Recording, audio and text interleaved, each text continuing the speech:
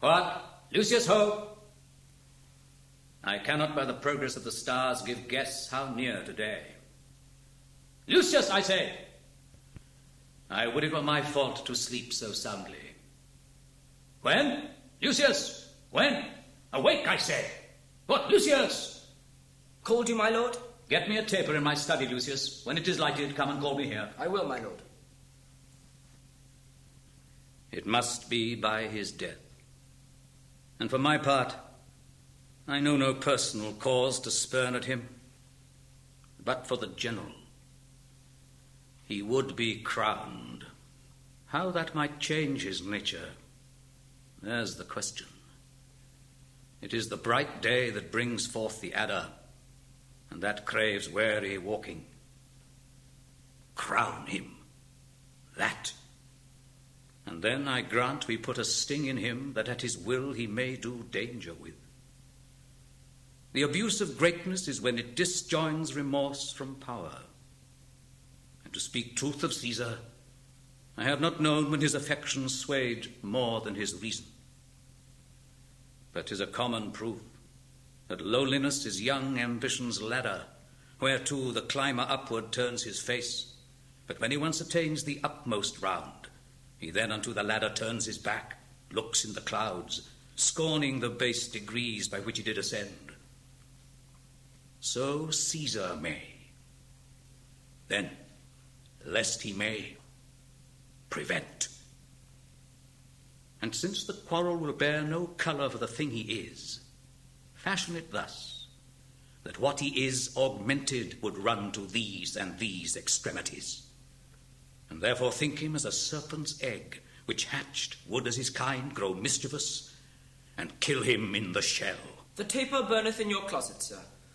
Searching the window for a flint, I found this paper thus sealed up, and I am sure it did not lie there when I went to bed. Get you to bed again. It is not day. Is not tomorrow, boy, the Ides of March? I know not, sir. Look in the calendar and bring me word. I will, sir. The exhalations whizzing in the air give so much light that I may read by them.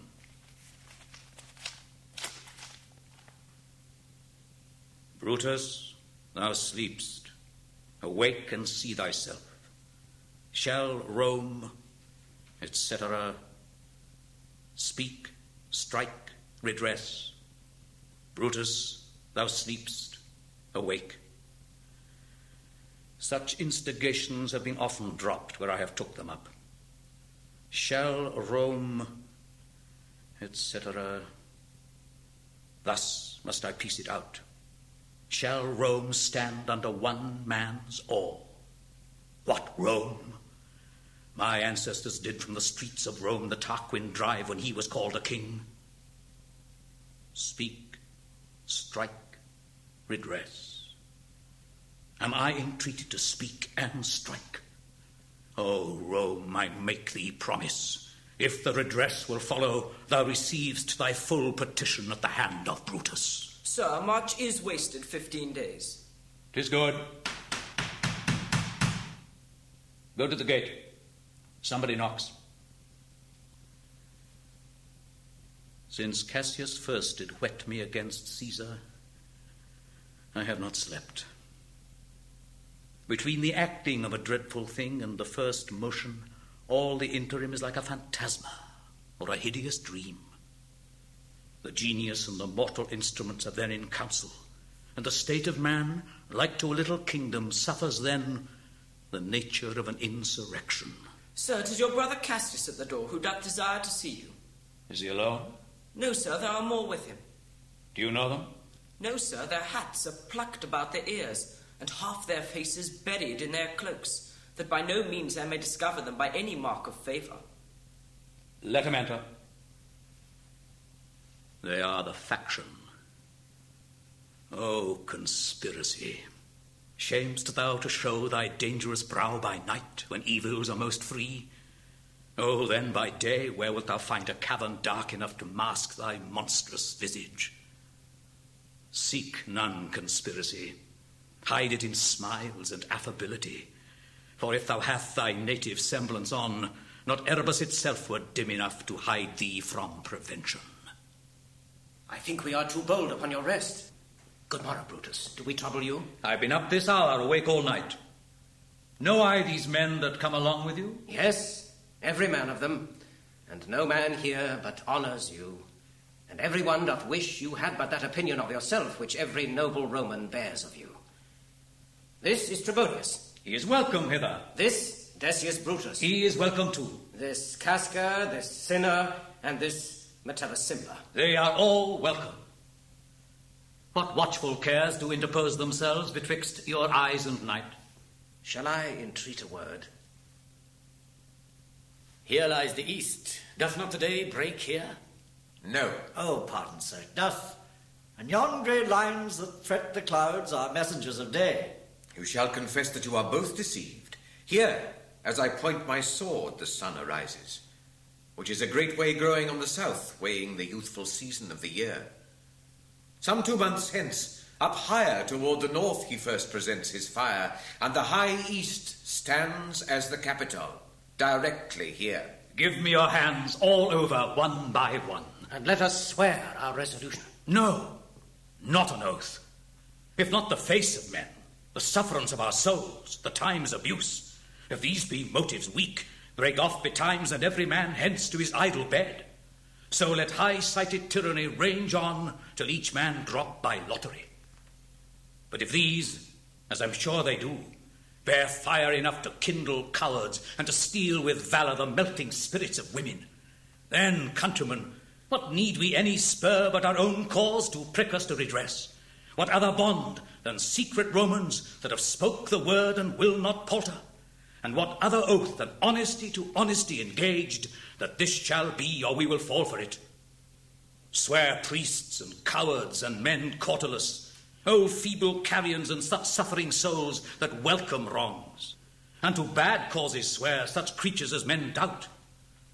But do not stain the even virtue of our enterprise, nor the insuppressive metal of our spirits, to think that o'er our cause or our performance did need an oath, when every drop of blood that every Roman bears and nobly bears is guilty of a several bastardy, if he do break the smallest particle of any promise that have passed from him.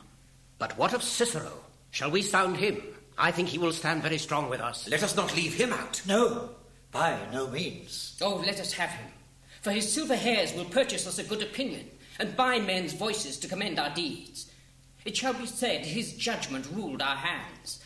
Our youths and wildness shall no whit appear, but all be buried in his gravity. Oh, name him not. Let us not break with him, for he will never follow anything that other men begin. Then leave him out. Indeed, he is not fit. Shall no man else be touched, but only Caesar? Decius, well urged. I think it is not meet Mark Antony, so well beloved of Caesar, should outlive Caesar.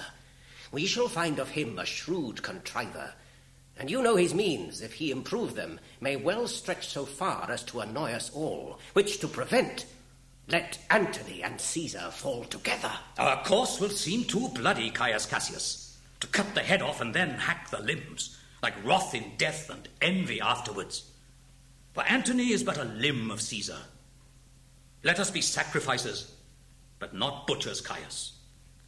We all stand up against the spirit of Caesar, and in the spirit of men there is no blood. Oh, that we then could come by Caesar's spirit and not dismember Caesar. But alas, Caesar must bleed for it.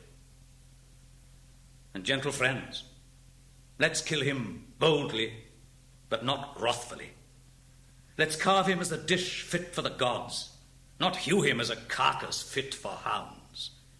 And let our hearts, as subtle masters do, stir up their servants to an act of rage, and after seem to chide them.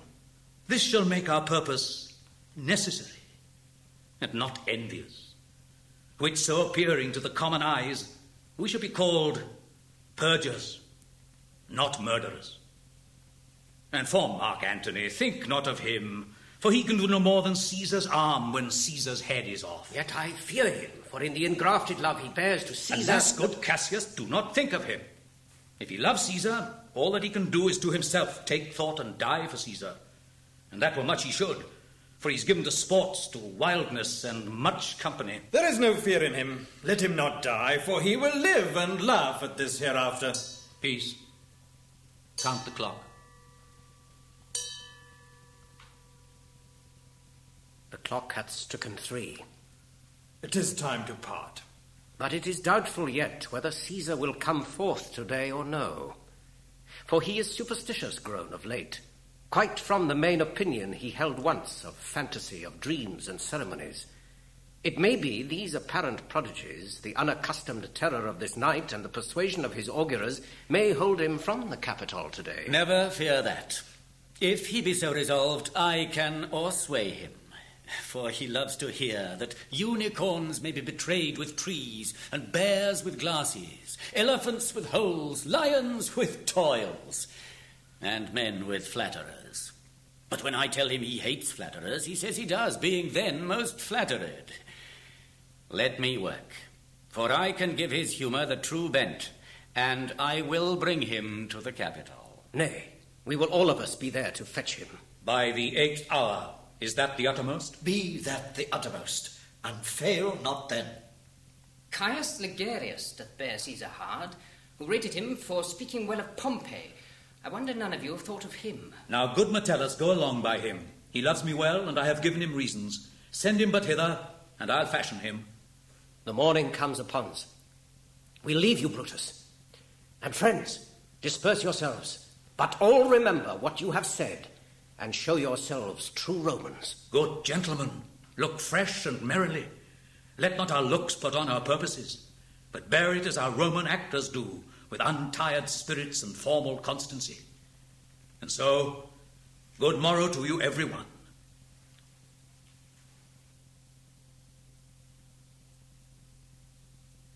Boy, Lucius, fast asleep. It is no matter. Enjoy the honey-heavy dew of slumber. Thou hast no figures nor no fantasies which busy care draws in the brains of men. Therefore thou sleepst so sound. Brutus, my lord. Portia, what mean you? Wherefore rise you now? It is not for your health thus to commit your weak condition to the raw, cold morning. Nor for yours, neither. You've ungently, Brutus, stole from my bed. And yesternight at supper you suddenly arose and walked about, musing and sighing with your arms across. And when I asked you what the matter was, you stared upon me with ungentle looks. I urged you further. Then you scratched your head and too impatiently stamped with your foot.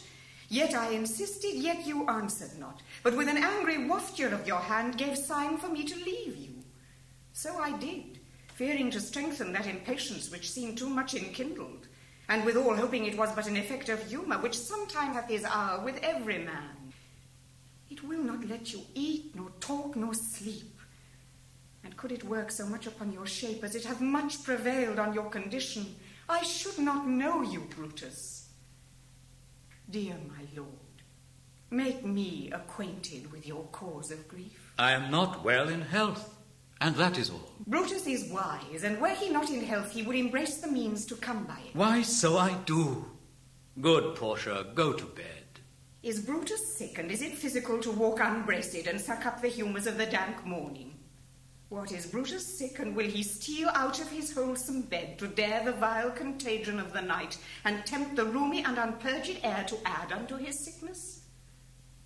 No, my Brutus, you have some sick offence within your mind, which by the right and virtue of my place I ought to know of.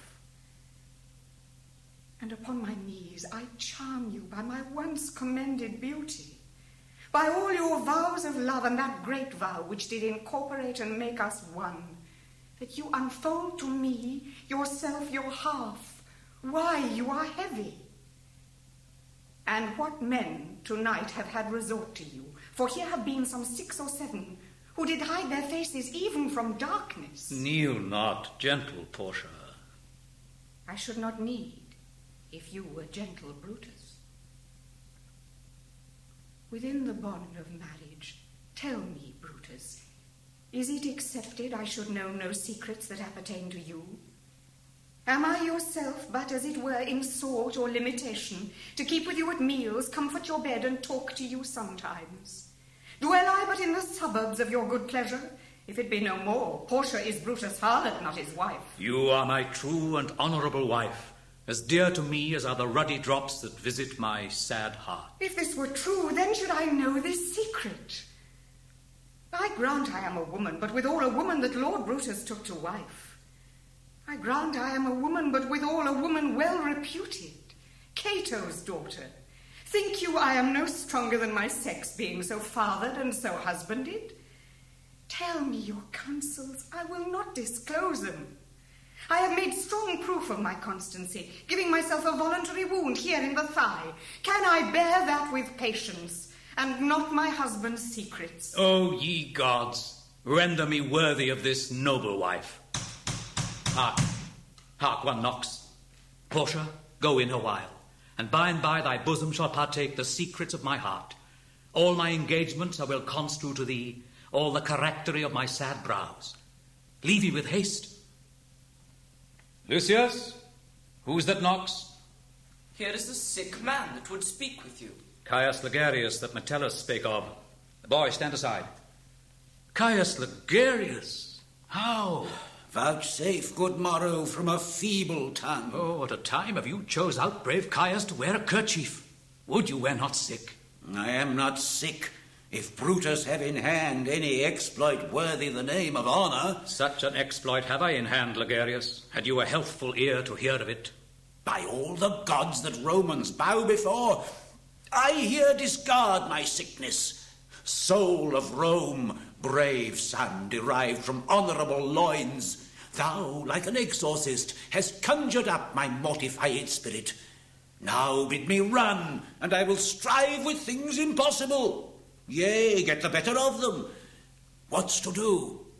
A piece of work that will make sick men whole. But are not some whole that we must make sick? That must we also. What it is, my Caius, I shall unfold to thee, as we are going to whom it must be done.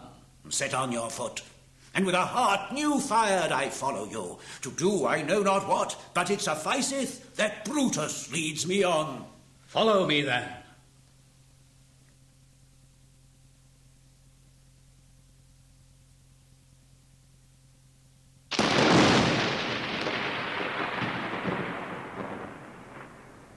Nor heaven nor earth hath been at peace tonight. Thrice hath Calpurnia in her sleep cried out, "Help, ho, they murder Caesar."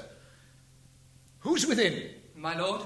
Go bid the priests do present sacrifice, and bring me their opinions of success. I will, my lord. What mean you, Caesar? Think you to walk forth? You shall not stir out of your house today. Caesar shall forth. The things that threatened me ne'er looked but on my back. When they shall see the face of Caesar, they are vanished. Caesar, I never stood on ceremonies, yet now they fright me. There is one within, besides the things that we have heard and seen, recounts most horrid sights seen by the watch.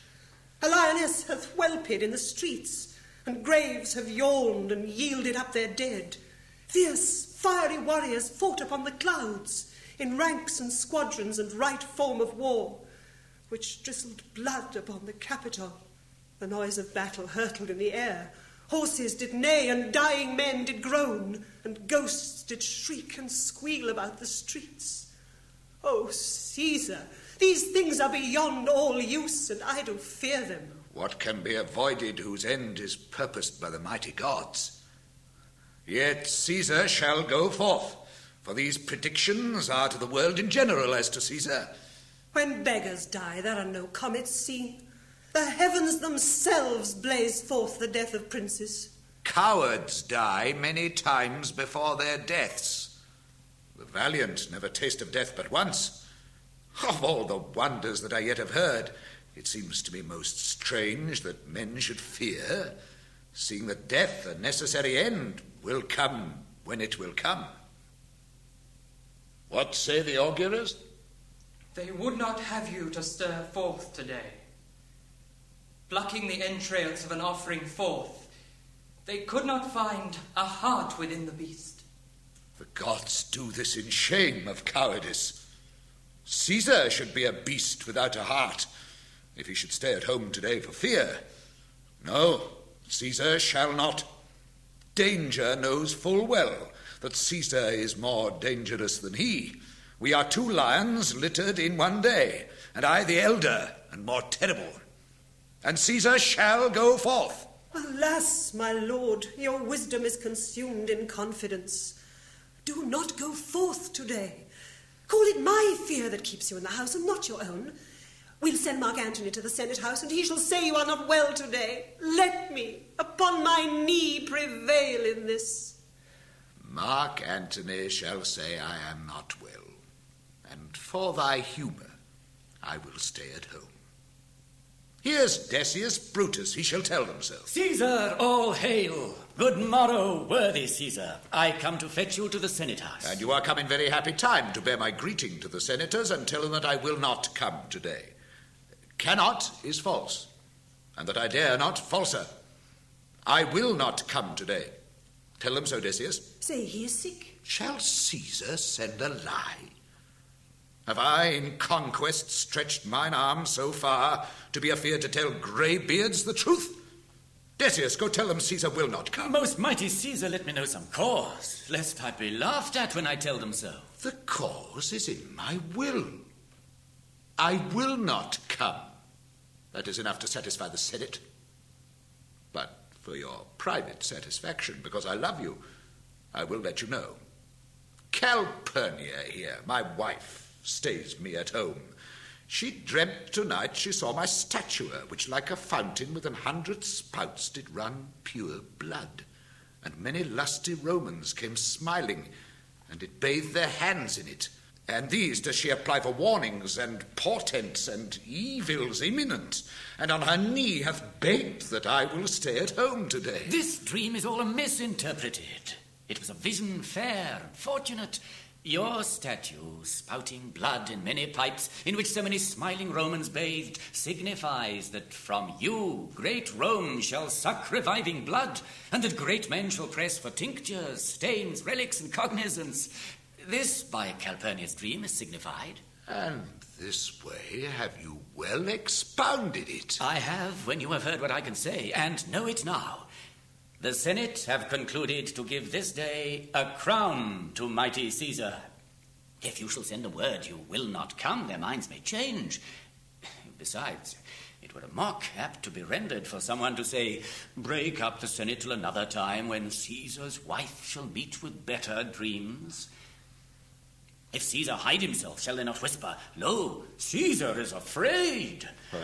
Pardon me, Caesar, for my dear, dear love to your proceeding bids me tell you this, and reason to my love is liable. How foolish do your fears seem now, Calpurnia? I am ashamed I did yield to them. Give me my robe, for I will go. And look where Publius is come to fetch me. Good morrow, Caesar. Welcome, Publius. What Brutus are you stirred so early to? Good morrow, Casca. Caius Ligarius. Caesar was ne'er so much your enemy as that same ague which hath made you lean. What is t'clock? Caesar, 'tis strucken 8. I thank you for your pains and courtesy. See, Antony that revels longer nights is notwithstanding up. Good morrow, Antony. So to most noble Caesar. Bid them prepare within. I am to blame to be thus waited for. Now, sinner, now may tell us, what Trebonius, I have an hour's talk in store for you. Remember that you call on me today. Be near me that I may remember you. Caesar, I will. And so near will I be that your best friends shall wish I had been further. Good friends, go in and taste some wine with me, and we, like friends, will straightway go together. That every like is not the same, O Caesar, the heart of Brutus yearns to think upon.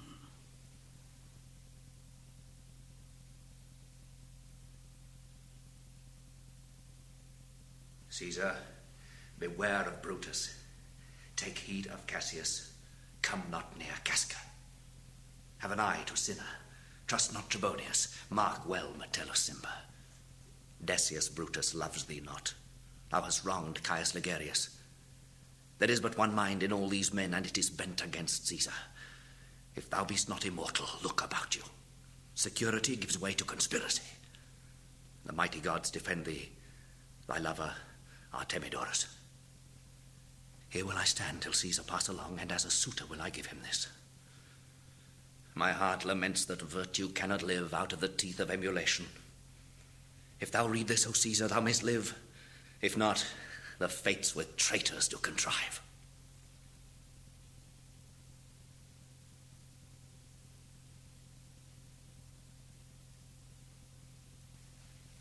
I prithee, boy, run to the Senate house. Stay not to answer me, but get thee gone. Why dost thou stay? To know my errand, madam. I would have had thee there and here again, ere I can tell thee what thou shouldst do there. Oh, Constancy, be strong upon my side. Set a huge mountain between my heart and tongue. I have a man's mind, but a woman's might. How hard it is for women to keep counsel. Art thou here yet? Madam, what should I do? Run to the capital, and nothing else, and so return to you, and nothing else? Yes. Bring me word, boy, if thy lord look well, for he went sickly forth.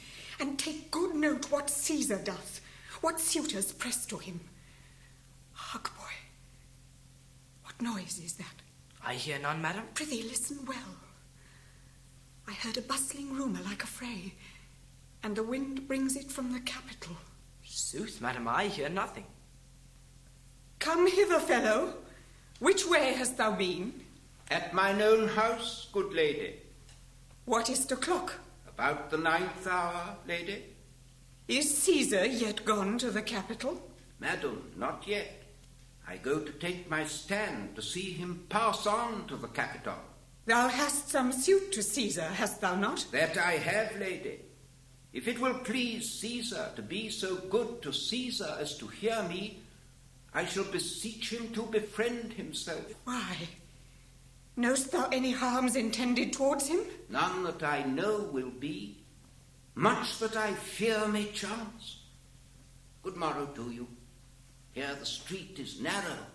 The throng that follows Caesar at the heels of senators, of praetors, common suitors, will crowd a feeble man almost to death. I'll get me to a place more void, and there speak to great Caesar as he comes along. I must go in. Ay me, how weak a thing the heart of woman is. Oh, Brutus, the heavens speed thee in thine enterprise. Sure, the boy heard me. Brutus hath a suit that Caesar will not grant. Oh, I grow faint. Run, Lucius, and commend me to my lord. Say I am merry. Come to me again, and bring me word what he doth say to thee.